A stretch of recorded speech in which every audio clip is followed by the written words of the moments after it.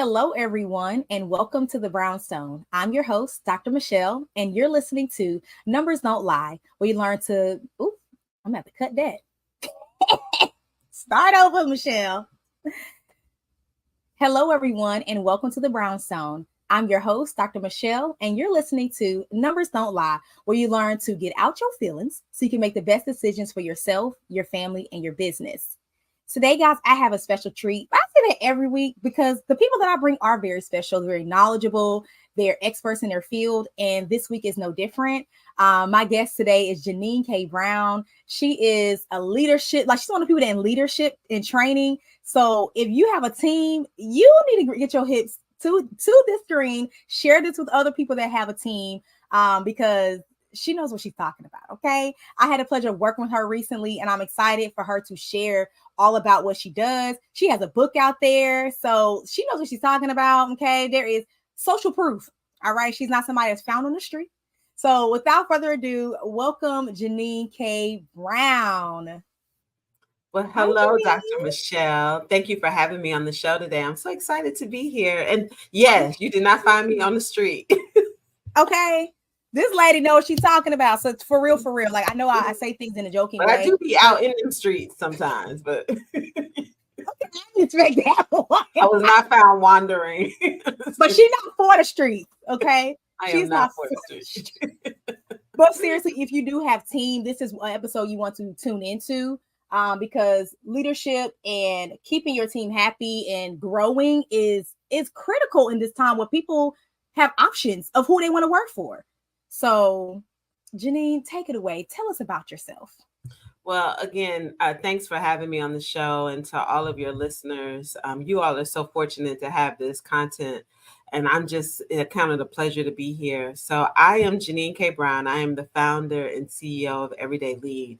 We are a talent development and retention firm, and we help companies retain talent from intern to retirement who love what they do in the companies they work for. And we do that through the designing strategies around retention that are focused on professional career and leadership development. We do that through the lens of psychological safety. So I believe that people should work in a place where they all can thrive. But I also believe leaders are not leaders by title. They are leaders because they are shepherds, and they are designed to create teams that they become leaders worth following. Y'all couldn't see me if you're listening on the radio, but I'm giving all the snaps. Like, do you see what I mean about if you have teams and you work with people? Like I saw something recently. I'm Jenny, I don't know if you saw that post about someone investing in their team member. And they like it just like turned you did because like you commented on it, and I'm like, oh, I'm so glad you echoed that. But the owner invested in their employee, and things start to immediately turn around. So this is going to be right on for you if Yeah, you can have I team say something members. about that, Dr. Yes, Michelle? You know, the please. idea that you hire people and don't incorporate training throughout the entire time you plan to be there is actually, can I say the word asinine? It's Say like, it. I can't even imagine companies and leaders paying people to do their jobs, but not giving them the tools and the resources to be successful, right? As a leader and a business owner, your knowledge is not enough to develop someone to get the output and to take on the capacity of the work that you want them to have. And I think what happens is entrepreneurs, business owners, and leaders, they get frustrated at the employee for not demonstrating the level of expertise or knowledge that they want, but they haven't made the investment. So you can't be mad at them. You got to be mad at yourself for their performance if you haven't incorporated like real good training into their work, their day-to-day kind of work. Yeah. That is so good. You said, I don't know, this is what I picked up on that really like stuck with me. You said your knowledge is not enough. And if you're into like the entrepreneurial space, or I don't know, for those of you, if you started your own business, a lot of times you get into those places where you started to grow your team, you hear phrases like, hire in areas where you're not strong. Because it's like you need somebody else to help you alongside of it. So I want you to keep that in mind and what Janine just said. Your knowledge is not enough, and you already hire somebody that's not where your strength is. So if you're not equipping them to continue to take your business to the next level, I mean, that sounds like stagnation to me. That's the only thing that's going to happen. And you become frustrated and you feel like I can't find good people. Well, Mm-hmm. you have to make an investment to create the kind of employee that you want. That's good. Well, I recently had the pleasure of working with you to analyze employee engagement responses. So, how important is it for companies to really utilize this type of data or just a survey like that in general to create this inclusive or just a great place to work? Data is everything. It really is, I think, the key to understanding what is happening with your workforce, no matter what size your team is or what size the company is.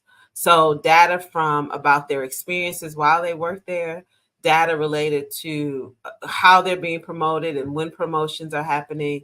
I think also the data about when they leave, right? So, I think people leaders have to pay attention to their own numbers and their data to understand what's happening in their organization. And I think that's the thing that goes missed all the time. We Mm-hmm. don't spend enough time looking at, well, we seem to lose people around this time of the year. We seem to have women having a different experience in our organization, but they don't really understand why and what it's related to. Mm-hmm. And so then you end up making things up and Mm, making assumptions or making you're not using the data you have, and so the information that you're sharing about your workforce, and your organization or your company is not really may not be true, right? It may just be it may be subjective, where it needs to be a lot more objective by being rooted in the data.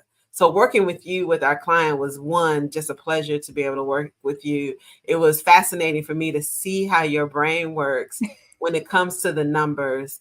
But I will also say my client was very satisfied with the work. They actually asked about you a couple of days ago when we had a oh. meeting.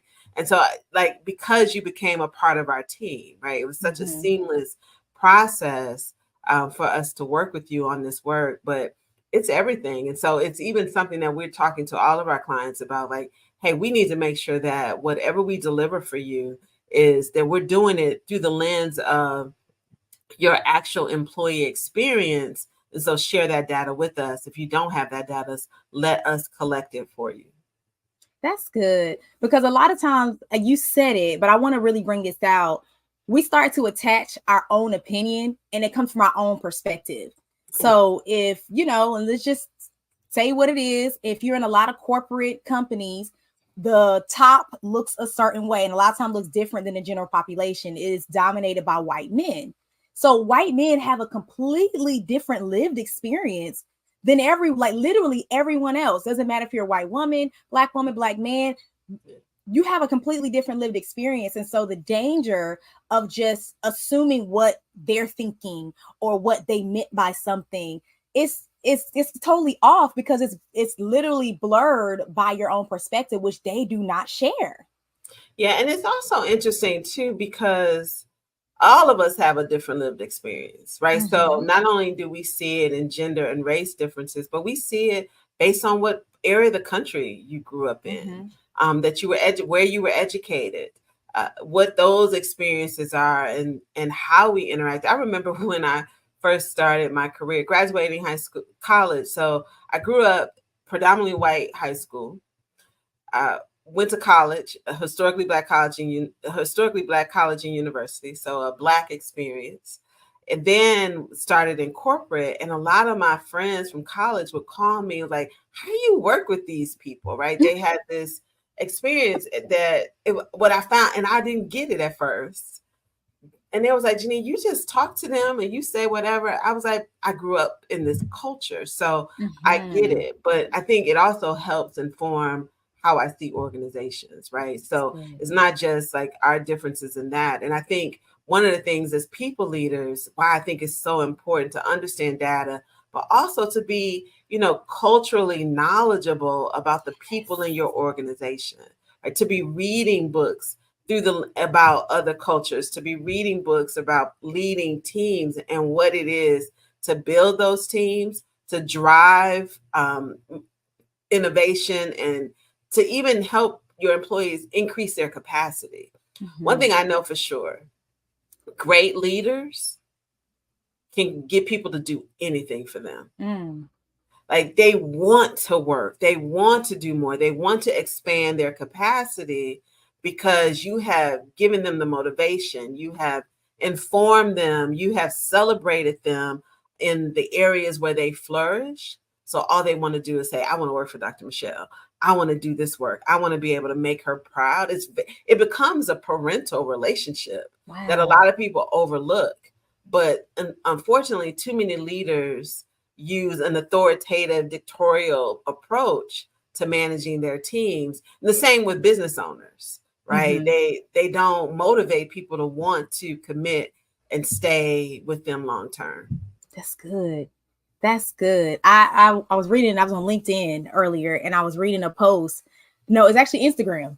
And it was a man, they were responding to him and he was saying, well, if I'm reading your resume and I see that you jumped around to different companies, pretty much he's saying like, I'm not going to want to invite you on to be an employee or in an interview. And so people were responding to it and saying like, well, loyalty isn't rewarded at most places. So it's like, and I firsthand, I know where you can go out. People, someone said I went out to another job and got like an instant pay raise, as opposed to if I just got promoted. So it's like you get promoted, your company looks like this versus go out and come back. Now you come back in a totally different tax bracket. Yeah. So it's like the way we've done things really has to be challenged. Yeah. I might not make any friends saying this, but I don't know what the heck those folks in HR be doing. Right. And so you're right. I know a lot of people. So what you said, there's a couple of dynamics in what you said. So he was saying, hey, people who job hop are not the kind of candidates I'm looking for. So that's a generational thing. So if you are a Gen X, so over the age of 50, or a baby boomer, you don't feel like those people are committed to the work, and you have a lot of bias that's built into people who job hop. If you are a younger millennial, so say maybe even a millennial that's 40, say 42, 40, because people forget millennials are in their 40s now, right? So all the way from 40 to 30, though, that big gap of that millennial population feels like, oh, well, you got a lot of experience. You understand these different organizations. So we got a generational issue there. So that, again, like being informed, understanding who you're working with. And then I think there's a lack of insight on what's happening in the job market right now. So why people jump around. And then the last thing that you said was sometimes to get your money up, you might have to leave Google and go to Amazon and then come back to Google. Yep. Unfortunately, you find that people who boomerang, which means that they left a company and they come back to it, they do end up making more money than they would have made had they stayed. Did you know that data-driven organizations were 19 times more profitable? 19. You heard me right. Perhaps you're asking, what is data-driven and how do I become one of those organizations? I'm so glad you asked. I want you to go take a quiz. It's a simple, quick quiz to help you assess if you are in fact one of those organizations. Head over to mogulbeginnings.com/data into dollars quiz now. That's mogulbeginnings.com. You just go to mogulbeginnings.com and it'll show you the data into dollars quiz. Take it now. You'll see if you're on your way to 19xing your profitability. You're listening to Numbers Don't Lie on KCCR Cityscape. We hope you're enjoying the tunes and all the jams. Make sure you visit our website over at brownstoneworldwide.com to learn about all things Brownstone. You can check out Brownstone Living Magazine and all the great things that we have on the website, as well as the shop. You just got to head over to the website, brownstoneworldwide.com. Awesome. That was good. And I'm sorry to the HR people. We sorry for stepping on your toes, but y'all special group. We love you. You know, it's interesting that these systems that are used to create maybe fairness don't always create equity. So I think that's the biggest challenge that, you know, and I have a lot of friends who are HR professionals, and I do understand what they're trying to do. I don't think it always actualizes the way they anticipate it to work. So, yeah. No, I agree. Equity is not a one size fits all. That's the problem with it. You know, that's equality. We're going to treat everybody the same way. And in some instances that may be good, but in a lot of places you have to do some things case by case. Yeah, you do. So my next question is, what are some of the biggest challenges you face when working with companies that say they want to change, but it's just not a comfortable thing? Whoa, that's a big question. Okay, you can take one part of it. I'm sorry, this is one part. That's a big thing. You know, it's interesting. I think organizations want to evolve. Hmm. I don't know if they always want to change, I right? like that. Which That's are probably a better different. way to I say it. think they see an evolution because they're starting to recognize even more because of consultants like me that are telling them that the workforce has changed. The ideas Hmm. around working, right? People are not working to live, they're living, they're not living to work. Is that right? Yeah, Yeah, they're no, not, yeah. yeah, they're not living to work. They, you Hmm. know, they work so that they can live. And Yes. we're in a more social economy now where people are trying to connect. Like, I want to work for you because you see me. I feel connected to this work, the mission, the vision. It aligns with my core values. And so I think, you know, organizations are having to evolve to recognize what sort of culture we're in, right? This isn't the Industrial Revolution. It is definitely a social workforce. And so what we find is that we just try to challenge and push the envelope for our clients, right? We ask the questions and let them settle into their own answers around it. And then we challenge their answers. And so in order to do that, I think it's really important for consultants like me to just inform our clients about what's happening in the marketplace and let them see what they need to do. Because again, numbers don't lie. If we Hmm. are doing evaluations on your organization year after year, collecting data, you're going to see these reoccurring themes. And so then you're going to be forced to say, hey, are we stuck in how Mm. we've been in, even in a profession, right? So we do a lot of work in the accounting profession, and we've been challenging that profession, and the profession has been challenged because the talent pipeline is shrinking. The number of people majoring in accounting is reducing across all races and genders. The pay has not increased significantly over since I joined the profession when I was still practicing. And so Mhm. they're having to say, we got to look at this differently because Yeah. this workforce, they don't want to work 60 hours a week, 70 hours a week. This whole idea of what a busy season looks like, y'all can have that. Right. Um, and they also look, this is also the first generation that is that's coming into the workplace overwhelmingly with parents who are college graduates who work these long hours who were not at home. Mm-hmm. These people are like, I don't want to be like my dad. He was That never part. home. He didn't come to my games. He didn't. I want to be there for my children.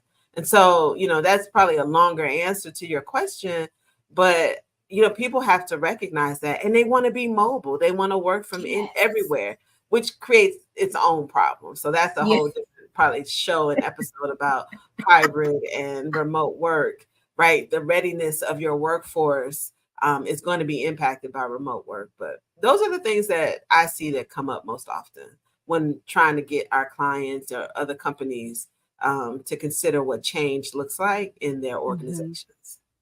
I like that you use the word evolve because change is a very strong word because everything doesn't need a 180. It just No. needs sometimes, like you said, some tweaks to understand the culture of new employees. But you're absolutely right. My generation and younger, especially what is these, the Gen Zs, oh, they're not about to do the standard 40-hour week, coming to the office every single day. I don't even want to do that anymore. I want to be able to come in, a few times a week. I prefer to work from home, but that's me. But yeah, we saw how that is. We saw how that loyalty was rewarded. A lot of times it wasn't. You left home, you left, some of them left without a pension because the company went bankrupt, or you got fired and they lost everything. So that amount of loyalty, we're just like, nah, I'm good on that. And it comes Yeah. out, oh, they don't want to work. That we Oh, don't. I knew I'm you gonna were going to say take it. that.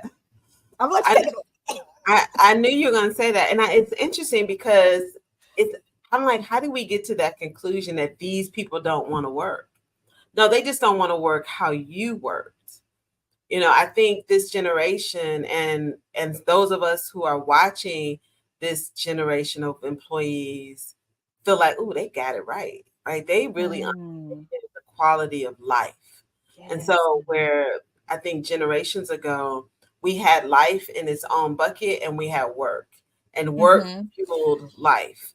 And now we have a workforce that's saying, no, I want my life to be the bigger part of everything, like my personal life, how I interact Mm-hmm. with my kids, spending time with my family and friends, travel, exploring, right? These experiences, and then work kind of helps underwrite those things.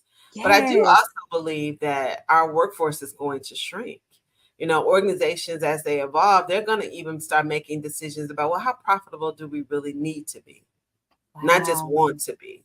And Mm-hmm. so as that movement starts to expand, organizations and companies are going to start consolidating. So then we won't need all of these people, and automation, increased automation powered by artificial intelligence is going to do that too. I was watching 60, was it? No, maybe I was watching something on Instagram. Again, we do not get all our news from Instagram, right? But I was watching Instagram and made me go, do some additional research on there. There's a burger restaurant in California that is 100% powered by AI. You use a pad to place your order. I think there's some face recognition that I'm sure some people are concerned about, but we do face recognition every time we open our phones. Facts. So and go to the airport. So there's face recognition tied to it, but the burgers, the fries are made and packaged all by machines. And Wow. so those kind of jobs, those trade vocational sort of careers are going to eventually shrink. And so I think we Mm. need thinking about then what's next for organizations. And I think business owners need to be also thinking about, how can I reduce my overhead Mm-hmm. by employing more artificial intelligence. And that sound, I feel like it's about to take a whole nother direction. I'm But sorry. no, you're good. A lot of times that's scary for people where they're like, well, because I think the common phrase is we're going to be replaced by robots. And I don't think that's necessarily true. I think it's one of those things is we have to find, like, everything is changing. Like literally everything is changing. The jobs that demanded physical labor are dwindling. And it's not necessarily a bad thing, but I guess from your perspective, like what does that look like? Like as AI and more automation is taking over, like what does that mean for the college graduate? It's interesting because this has already hit so many industries. We just don't talk about it, right? So Mm-hmm. automotive industry was one of the first and largest Mm-hmm. industries that was directly impacted by robots and machine learning, right? So they were able to reduce these assembly lines with Mm-hmm. humans because they automated with robots and machine learning, moving large parts. So you didn't need four people to move the Yeah. frame of the car. You had a machine that did that, and then the wheels go on automatically. I think that's just where we are. I Yeah. think there's an opportunity though here. I don't think artificial intelligence and technology is going to replace humans. I think humans that do not use it will be replaced. So your That part. refusal to not learn from these tools. So even in my organization, I don't need three or four content designers anymore, Mm-hmm. because I can use an open AI source like ChatGPT to write a framework for a course, right? Mm-hmm. Because we are constantly populating the internet and other places with this content. So if I need to write a supervisor training, I can go to ChatGPT and do it. And guess what? I can also use ChatGPT to write the materials, put the slides together, all of these Yeah. things. So I think what it's going to do for us is allow us to provide more learning, more tools and services and goods to our clients. But if you're in college, you need to be looking at technology as part of whatever it is you're studying. So if you're an I accounting agree. major, you're a management major, you need to be looking at, I need to be taking courses, getting some data analytics courses. I need to be Mm-hmm. taking maybe a coding class. I need to understand how artificial intelligence is going to inform the industry and the work that I plan to do upon graduation. That's good. I'm so glad you said that because it's a common fear. And I feel like it's been a fear every generation, every decade. They're, oh, they're going to replace us or my job. I mean, you got people that still want to go to the coal mines. I'm like, why? Why? Girl, we are not talking about them people. Girl, it's crazy to me, but it always resurfaces at some point. And I love that you said it's not that AI and robots are going to replace us. It's those that choose not to leverage it. There's always, this is my perspective. There's always going to be something to do, always going to be something that needs to be innovated.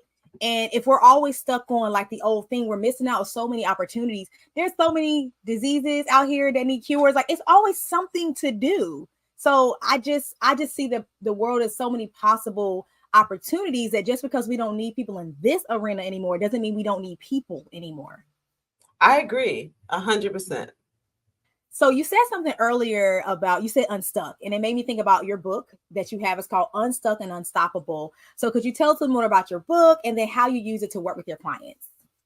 Well, thank you so much for mentioning my book. Here it is on screen, Unstuck and Unstoppable, 5 proven strategies to leverage your value, increase your visibility, and gain recognition to accelerate your career. So this is a career book. It's a great book to read with your teams. I found that some of our clients, we picked up clients because one person was reading it and it was like, oh, our whole team or all of our women in our organization should read this book, or all Black employees should read this book or something, right? So it's that kind of book. And I think it's the solution to when you get to a point where what got you here won't take you to the next level.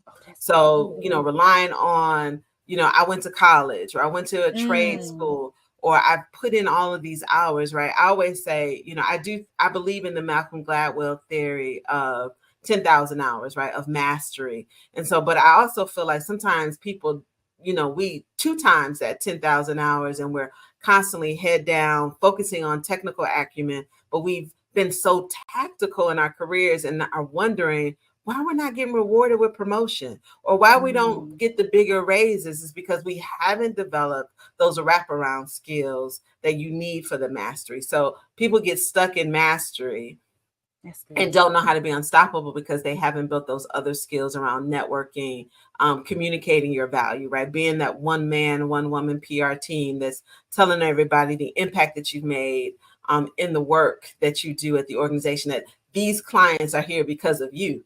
Not just because we got a good product. They could be anywhere else, but they're here because of what I've done to maintain these relationships. And so that's what we do. We use the content in the book for on our one-to-one coaching, our group coaching programs and workshops that we do in companies and organizations. And we do this work for companies of all sizes. So you could have a team of 30 people, or you could have an organization that has 15,000 employees or more, and have global reach. And so it works. And so I'm really proud of this book. It was named one of the best career books of 2022. Hopefully we'll be on that list again. So, those are the things that we're doing. We're actually working on a second edition, Dr. Michele, of this book that'll be coming out this year. It's going to have more content, an additional workbook that people can buy for to accompany and do some additional work along with the book. Let's go, Janine. Girl, tell the people where to find you in this book because you just blew my world just now. Well, you know what? Y'all can reach me on Instagram, and you can access our website there where you can purchase the book. So you can get me on Instagram at Janine_K_Brown.com. And Janine is spelled JeAnnine. So you'll see it there on the screen. But yeah, just hit me up. I respond to my own DMs on Instagram. You can also find me on LinkedIn and all social media platforms as Janine K. Brown. I love that. And thank you again for stopping by and hanging out with me on Numbers Don't Lie. I truly, truly appreciate it. And those that are listening, you can follow me and find me on social media and online, like literally all things Mogul Beginnings. That's MOGUL. You can literally Google it. So many things will come up. Connect with me.